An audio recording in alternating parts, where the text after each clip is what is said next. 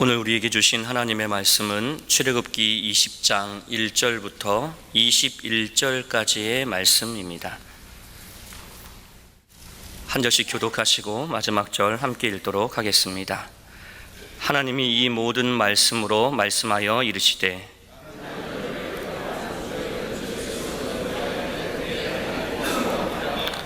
너는 나 외에는 다른 신들을 내게 두지 말라.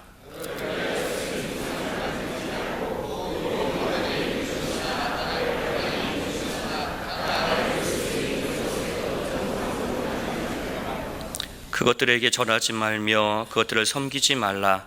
나 내 하나님 여호와는 질투하는 하나님인즉 나를 미워하는 자의 죄를 갚되 아버지로부터 아들에게로 3, 4대까지 이르게 하거니와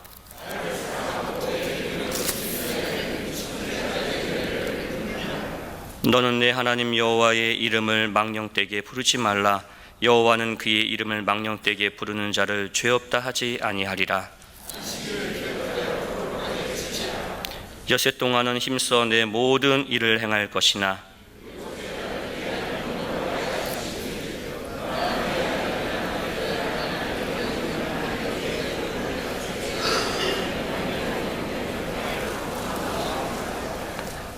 이는 엿새 동안에 나 여호와가 하늘과 땅과 바다와 그 가운데 모든 것을 만들고 일곱째 날에 쉬었습니다.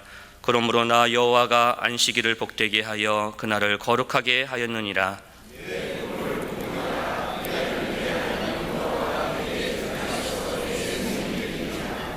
살인하지 말라.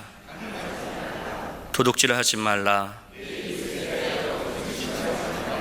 내 이웃의 집을 탐내지 말라. 내 이웃의 아내나 그의 남종이나 그의 여종이나 그의 소나 그의 낙이나 무릇 내 이웃의 소유를 탐내지 말라.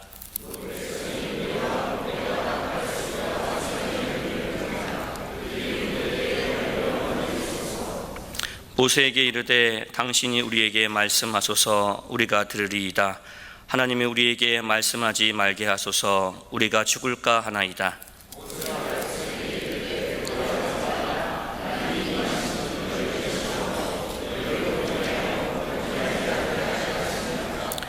백성은 멀리 서 있고 모세는 하나님이 계신 흑암으로 가까이 가니라. 아멘. 이제 이스라엘 백성들에게 계명이 주어집니다. 계명, 사람이 마땅히 살아야 할 길. 그가 하나님의 백성이라면 하나님의 백성으로서 마땅히 지켜야 되는 법도 그의 계명이지요. 여태까지 바로의 법 아래서 살아갔던 백성들이 아니라 이제 명실상부하게 하나님의 백성이 되기 위해서 하나님의 법이 주어지는 것입니다. 그리고 이 모든 율법 뼈대가 바로 이 십계명입니다. 그런데 하나님이 십계명을 백성들에게 전하시면서 자기가 누구인지를 먼저 말씀하십니다. 여러분 2절 한번 보십시오. 1절을 보면 하나님이 이 모든 말씀으로 말씀하여 이르시되, 이제 하나님이 말씀하시는 거죠. 계명을 말씀하십니다. 그런데 계명을 말씀하시기에 앞서서 하나님 자신이 누군가를 소개하시고 있습니다. 2절 나는 너를 애굽 땅 종되었던 집에서 인도하여 낸 내 하나님 여호와니라. 이 2절 말씀은 글 전체로 치면은 십계명의 서문이고요. 십계명을 하나의 견고한 집이라고 말씀을 드린다면 십계명으로 들어가는 입구입니다. 이 입구를 통하지 않고 들어가는 모든 자는 도적대입니다. 입구를 통하여서 집으로 들어갈 때 그게 주인이고 주인이 인정한 손님이에요. 그러니까 이 2절은 십계명을 이해하는 데 대단히 중요한 본문 말씀입니다. 장로교회 창시자 칼뱅 선생이 이 20장 2절은 십계명과 구약에 나오는 모든 계명을 푸는 열쇠다 라고 얘기를 했었습니다. 왜냐? 사람이 어떤 명령을 받거나 규칙을 받으면 우리는 본능적으로 그 내용을 먼저 보려고 합니다.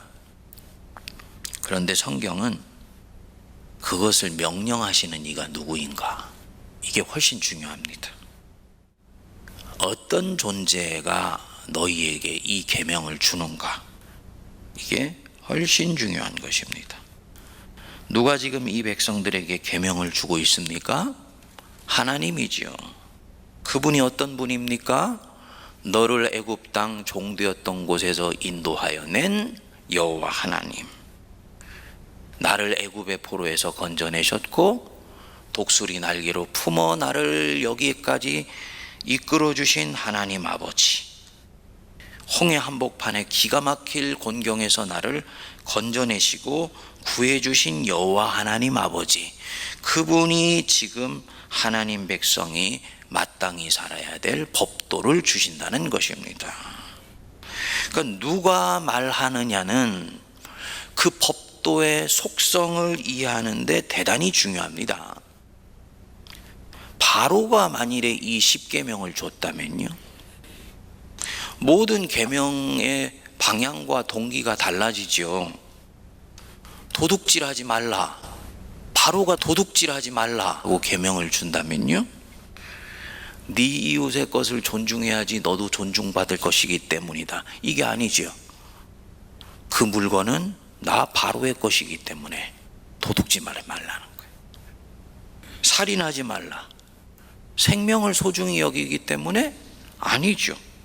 그 생명은 나의 노동력이고 나의 재산이기 때문이에요.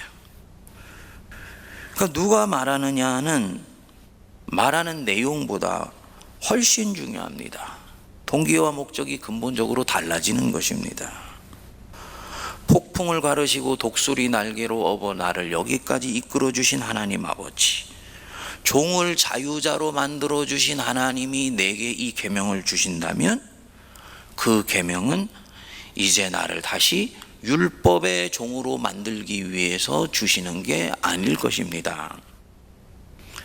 이제 나를 온전한 자유자로 세우시기 위해서, 즉 죄의 노예에서 몸은 풀려났지만 오랫동안 이 죄 속에서 찌들어 살면서 여전히 내 안에 남아있는 정신과 습관도 이제는 온전히 자유하게 해주셔서 나로 하여금 하나님을 자유함 가운데 섬길 수 있는 사람으로 만들기 위해서 이 계명을 주시는 거예요.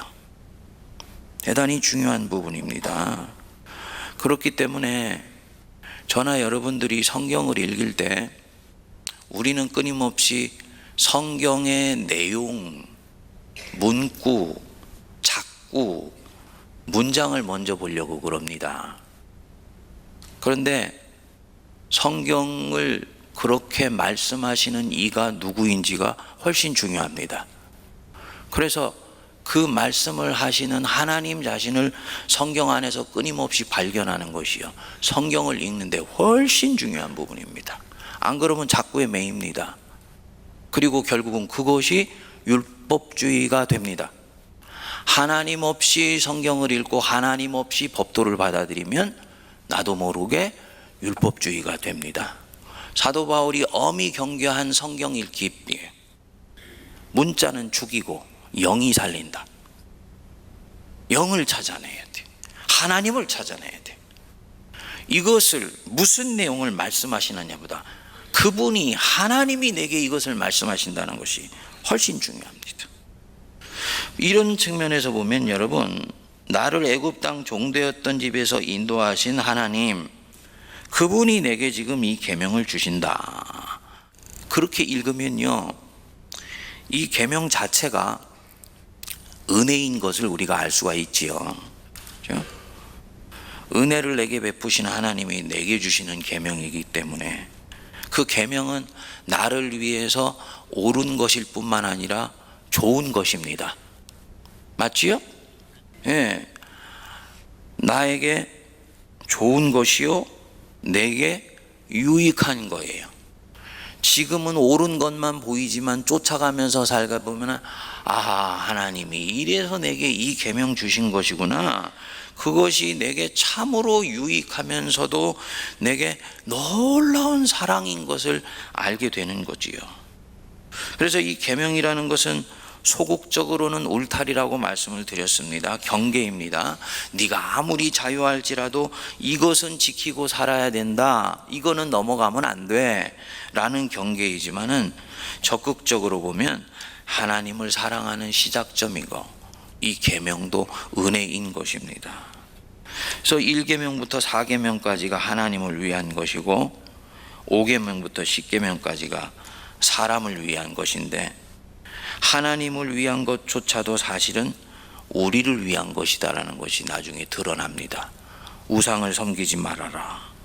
사랑할 것을 사랑하지 않거나 덜 사랑해야 되는 것을 하나님보다도 더 사랑하면 나중에 네 영혼은 곤고해지고 네 영혼은 파괴되어 버릴 것이다. 너는 종교의 괴물이 되어 버릴 수도 있어. 그걸 하나님이 아시기 때문에 여호와 하나님 외에는 다른 우상을 만들지 말라고 말씀하는 거예요. 다른 것에 절하지도 말고 섬기지도 말라는 것입니다. 인생이 허망해지기 때문입니다. 안식일을 기억하여 거룩하게 지키라. 결국은 하나님을 향해서 안식일을 지키지만 그 유익은 백성들에게로 그대로 돌아옵니다. 백성으로 쉬게 하고요, 심지어는 종들뿐만 아니라 하나님 백성이 거느리고 있는 짐승도 그 안식일에는 쉬게 만들어주는 것입니다. 여기에는 나오지 않습니다만 봉헌 생활을 철저히 해라. 왜 그렇겠습니까? 물질에 매이지 않는다라는 것을 보여주는 징표입니다. 물질에 매여 있지 않고 자유함 가운데 물질을 다스리는 훈련을 시키는 것입니다. 모든 율법과 계명과 율례와 법도는 그 속으로 들어가 보면 그것을 주시는 이가 애굽 땅 종되었던 곳에서 나를 풀어주시고 나를 사랑해 주시고 독수리 날개로 업어서 나를 여기까지 이끌어 주신 하나님이 주시는 것이기 때문에 그것은 내게 옳은 것일 뿐만 아니라 좋은 것입니다. 여기서요, 율법을 지키고 싶은 동기가 일어나게 됩니다, 여러분. 그래서 구약은 율법주의 신앙이고 신약은 은혜의 신앙이다. 그거는 틀린 말입니다. 신약도 은혜의 신앙이고요, 구약도 은혜의 신앙이에요.